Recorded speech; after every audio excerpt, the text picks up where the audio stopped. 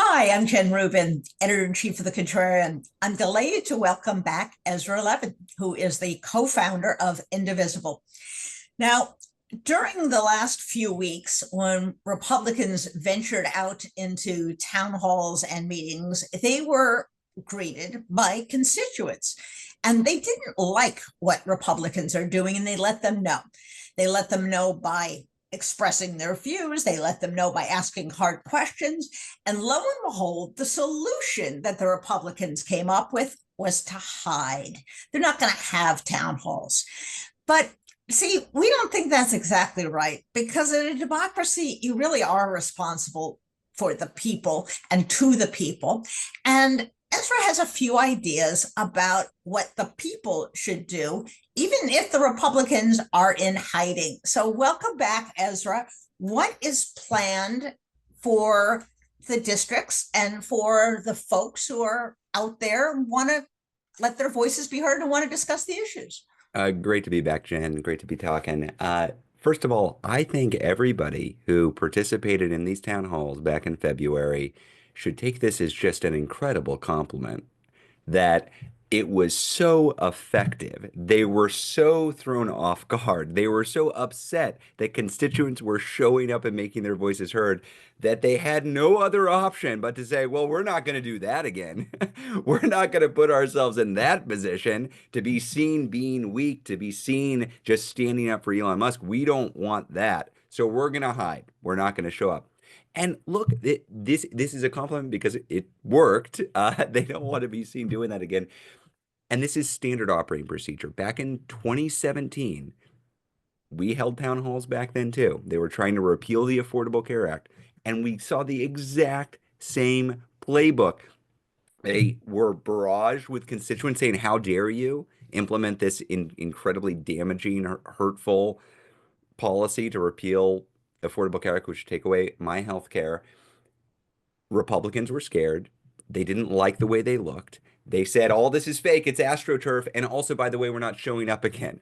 Exact same playbook. So, just to say, this is nothing new, it's to be expected. So, what do you do when your opponent, your target, adapts to your tactic? What do you do? What you shouldn't do is just the same thing over and over again. That's tactical freeze.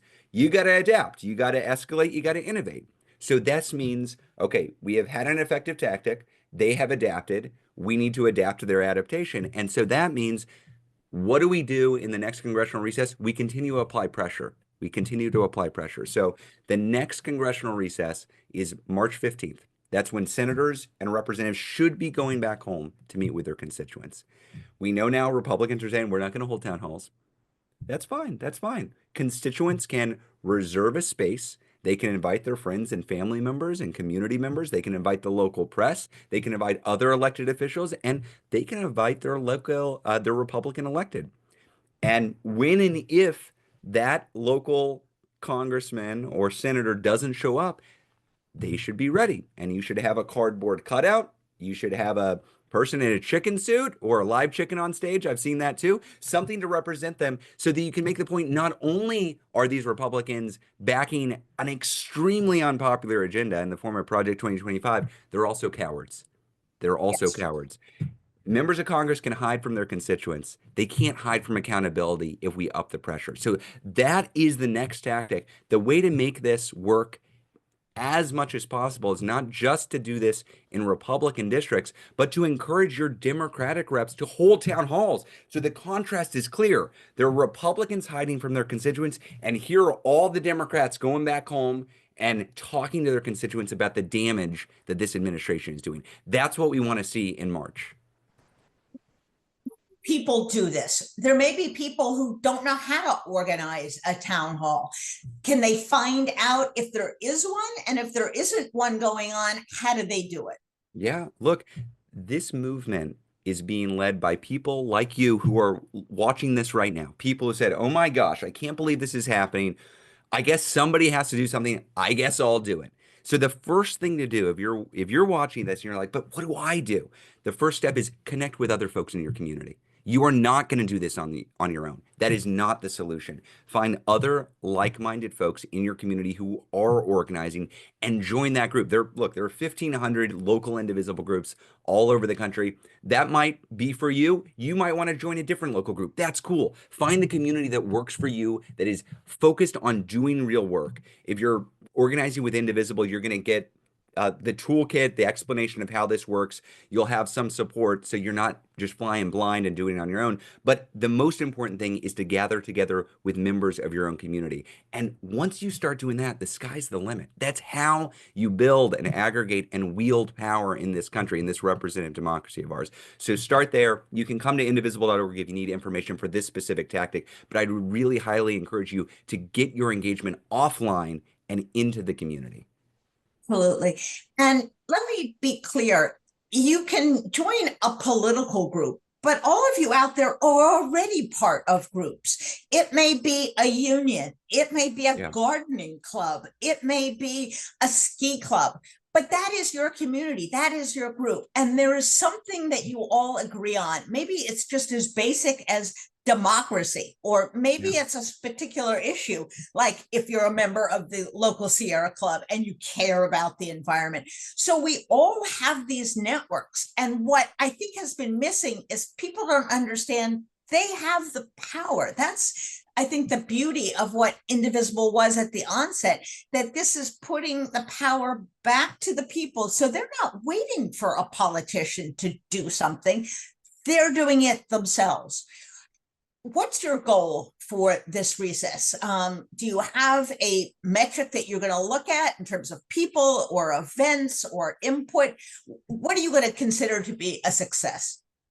Look, I want to see mainly this coming from the grassroots. This is not top down. I'm talking to you, Jen, about what other folks are doing on the ground. So my goal, I want to see as many folks as possible organizing in their community, focusing on their own elected officials. You might be represented by a Democrat and have beef with the Republican. You should focus on your Democrat, though. And that means encouraging them to fight back or cheering them on when they do. You've got your role to play based on where you live. If everybody plays their role, what that ladders up to is a nationwide movement with nationwide impact. So what do I want to see? I want to see missing member town halls in Republican districts all across the country. I want to see Democratic members traveling to some of those Republican districts where they're in hiding and hosting town halls to make clear that it's Republicans who are hiding and Democrats standing up. I want to see Democrats in their districts and their states going home and holding raucous town halls about how they are going to fight back. That's the image I want to come out of mid-March. That's the ideal outcome. I think we're going to see it. We're building towards that. And it depends, though, on people watching this and saying, oh, okay, great. I'll figure out how to set one up or I'll join one that's happening.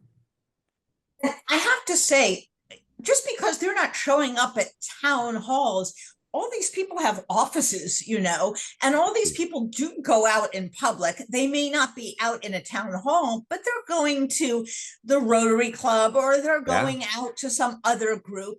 And you always want to be polite.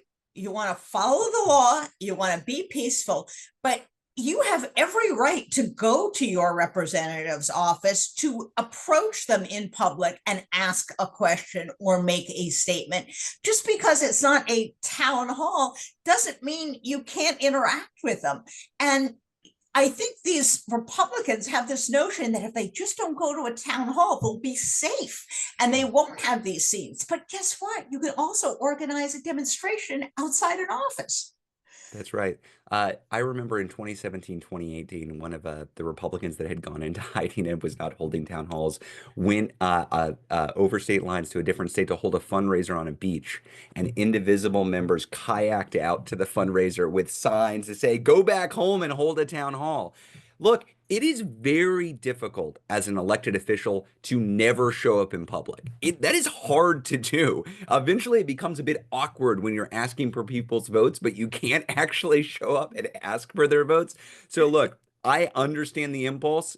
I know why they're hiding, but 99.9% of jobs in this country do not require you to make public speeches and talk to constituents and represent people in a national legislature. If they don't want to do that, they can become a lobbyist. That's an open pathway to them. But as long as they are an elected representative, it is your right as a constituent to request that they show up and talk to you. Absolutely. Ezra, I can't thank you enough for coming on. We at the Contrarian, as you know, are all about community, all about action, all about taking responsibility for their democracy. So all of you, if you want to go and do something with Indivisible, they have a whole toolkit. There are other groups that have them. And just as Ezra said, if none of these groups are for you, start your own group, because every citizen has the ability to organize. It's even in the Constitution that you have the right to organize and to petition your representatives. So thank you, Ezra. Good luck. We are going to be covering this. So we encourage all of our subscribers, all 535,000 of them, and hopefully more every day, to take up this task, take up the challenge, start a town hall, go to a town hall, take back your democracy. Thank you so much, Ezra. We will look forward to following you and all the success in the world. Thanks, Jen. Thanks for covering what's happening on the ground.